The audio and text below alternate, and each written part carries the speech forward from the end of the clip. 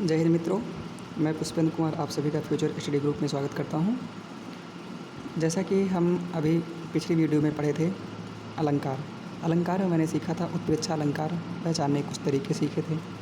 ठीक उसी प्रकार से हम आगे बढ़ते हुए देखना चाहते हैं अतिशयोक्ति अलंकार। आइए अतिशयोक्ति अलंकार की हम बात कर लेते हैं, आप समझने की कोशिश करेंगे। देखो, अतिशयोक्ति अलंकार को हम देखेंगे तो अतिशयोक्ति को तोड़ेंगे तो ये होगा अतिशय प्लस उक्ति। अतिशय प्लस उक्ति से तोड़ेंगे तो दो शब्दों में तोड़ेंगे, अतिशय प्लस उक्ति। अतिशय प्लस उक्ति इन दोनों शब्दों से मिलकर के बना है, जिनमें से अतिशय का मतलब होता है बढ़ा चढ़ा कर कहना, अर्थात किसी भी बात को अतिशय यानी ज़्यादा बढ़ा चढ़ा करके कह देना। और उक्ति का मतलब कथन, यानी किसी बात को अधिक बढ़ा चढ़ा करके कह देना। ठीक है, अतिशयोक्ति अलंकार हो जाता है। ठीक है, देखेंगे जहाँ किसी व्यक्ति या वस्तु का वर्णन लोक सीमा या मर्यादा से अधिक बढ़ा चढ़ा कर किया जाए, अतिशयोक्ति अलंकार होता है। ठीक है, हम देखते हैं, उदाहरण देखते हैं। जैसे आगे नदियाँ पड़ी अपार, घोड़ा कैसे उतरे पार, राणा ने सोचा इस पार, तब तक चेतक था उस पार।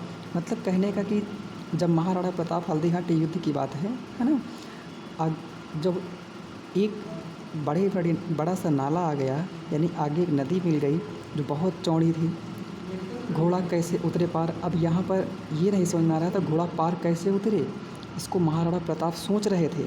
महाराणा प्रताप जी सोच रहे थे कि घोड़ा इस नदी को कैसे पार करे। और जब तक राणा प्रताप सोच रहे थे कि तब तक चेतक उस पार हो गया, अर्थात महाराणा प्रताप को घोड़ा उस पार हो गया, यानी लांघ गया। क्या ऐसा हो सकता है? ठीक है, तो यहाँ पर बात को बढ़ा चढ़ा कर कहा गया है, तो अर्थात यहाँ पर अतिशयोक्ति अलंकार है ना। आप समझ पाए होंगे। दूसरा देखते हैं, अगला जैसे क्वेश्चन कहा गया है, ध्यान समझने की कोशिश करते हैं। उदाहरण नंबर 2 है, हनुमान की पूँछ में, ध्यान समझेंगे, हनुमान की पूँछ में लगन न पाई आग, लंका सारी जल गई, गए निशाचर भाग। ज़रा आप सोचिए, जैसे आप समझ पा रहे हैं, माचिस से आग लगाए बिना क्या कोई चीज़ जल सकता है? मतलब जब तक उसमें आग नहीं लगाओ क्या वो जलेगा? शायद नहीं ना।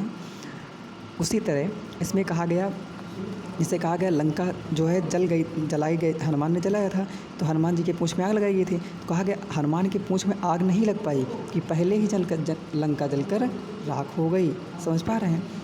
तो ही कहा गया कि हनुमान की पूँछ में आग नहीं लग पाई कि पहले ही जो है लंका जल गई और सारे निशाचर भाग गए। ठीक है, यहाँ पर भी बात को बढ़ा चढ़ा कर कहा गया है, अर्थात यहाँ पर भी अतिशयोक्ति अलंकार है।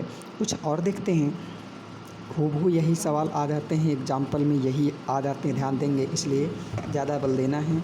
आगे कहा गया, बांधा था विध को किसने इन काली जंजीरों में, मणि वाले फड़ियों का मुख क्यों भरा हुआ है हीरों से।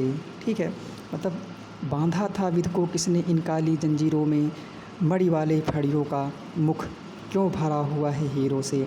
मतलब देखो, मणि वाले फड़ियों, मणि मतलब मणि आप जानते होंगे, मणि वाले फड़ियों मतलब होता है सांप। ठीक है, यानी सर्प, कि मणि वाले जो सर्प हैं उनका मुंह हीरा से क्यों भरा हुआ है। अर्थात क्या जो मणि वाले सांप, अर्थात जो सांप होते हैं, इनका मुख जो है सांपों का मुख यानी हीरे से भरा होता है क्या?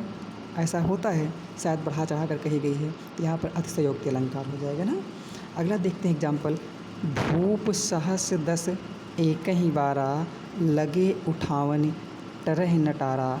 ज़रा आप सोचेंगे तो यहाँ पर जब माँ सीता की स्वयंवर में जब रामचंद्र आदि जाते हैं तो वहाँ पर देखते हैं भूप का मतलब राजा होता है, सहस दस एक ही बारा, यानी कि 10 राजा एक बार साथ मिल करके धनुष उठाने जाते हैं, लेकिन फिर भी धनुष उठाने की तो बात छोड़ो, हिला भी नहीं पाते। अर्थात यहाँ पर भी बात बढ़ा चढ़ा कर कही गई है। जैसे सोचो एक छोटी सी डंडी हो जाए, डंडी पड़ी रहे, छड़ी वो पड़ी रहे, उसको 2-4 लोग उठाने में लगे लेकिन फिर भी ना उठा पाए, क्या ऐसा हो सकता है? शायद नहीं ना। आप समझ पा रहे हैं, यहाँ पर भी बढ़ा चढ़ा कर कही गई, अर्थात यहाँ पर अतिशयोक्ति अलंकार है। ठीक है, हम उम्मीद करते हैं आपको ये समझ में आया होगा। यदि आपको और विस्तृत और व्याख्यायित क्लासेज लेनी है तो आप हमारी क्लासेज वेरियर क्लासेज में आ सकते हैं, ऑफलाइन क्लासेज। ठीक है, और आप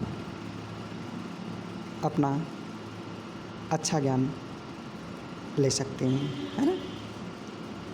चलिए, आप अधिक से अधिक चैनल को सब्सक्राइब करेंगे, ठीक है, और कोई असुविधा हो तो कमेंट ज़रूर करेंगे। धन्यवाद।